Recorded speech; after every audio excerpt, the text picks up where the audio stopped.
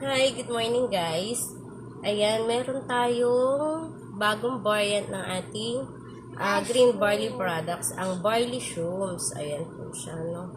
Hindi pa po namin natitikman, bali ngayon pa lang namin titikman ng aking anak kasi pinukulit ako, gusto niya ng tikman. No po? Dapat dragon fruit yung iinumin niya ngayon, pero painumin ko rin siya ng dragon fruit kasi inuubo. Ayan, di maiwasan sa mga bata, inuubo. Pero eto, tikman muna natin. No? Ayan, lalagyan lang siya ng tubig hanggang dito. Kung masarap siya. Ay, ano kayo lasa nito? Ay, si Ace excited. Uminom. Excited ka uminom nito, Ace. Excited po siya. Kulay dragon fruit Ace eh. No?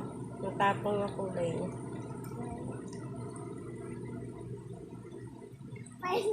Kakakain ko lang eh. Sige, titikman ko konti. Mas mainam po uminom ng green barley or any variants ng gutom. Ako kakaalmusal ko lang kasi. Eto, si Ace po ay kagigising lang. Papasok po siya sa school. Eh, gusto niyang tikman to. Kaya itatry natin. Sige, baby, tikman mo nga. Tikman mo, be. Tapos, titimplahan kita ng dragon fruit. Ayan. Ito siya na dragon fruit. Kamusta lasa, be? Kamusta lasa? Dali. Hmm?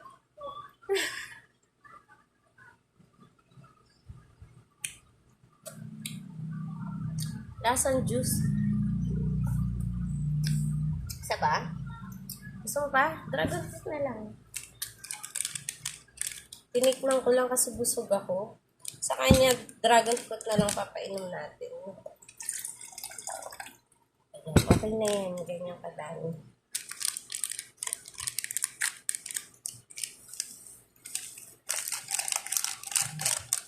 Okay naman po yung lasa ni shrooms. Lasang juice. Lasang juice. Ano bang ano? Ayun, meron siyang berry.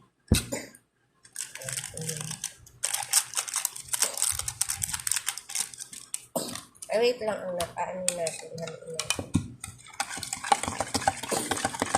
Mamaya natin inumin ito mamayang gabi. Ito muna sa'yo.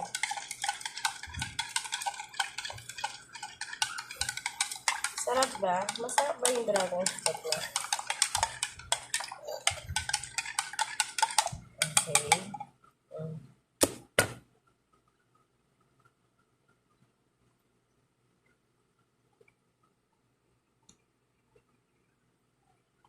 Oh, sarap.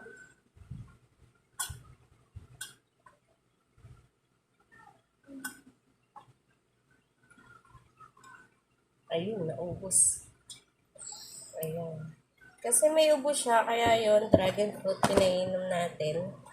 Ayan, available po sa akin yung dragon fruit na nakasachet. Ayan, sa mga gusto kong bumili, ayan, message lang po. At ang shrooms, available na rin po sa akin. Ang shrooms po ay anti-cancer. Ayan, anti-cancer. Sige, stick ka ng dragon fruit. O, sige na, babay ka na. Bye-bye!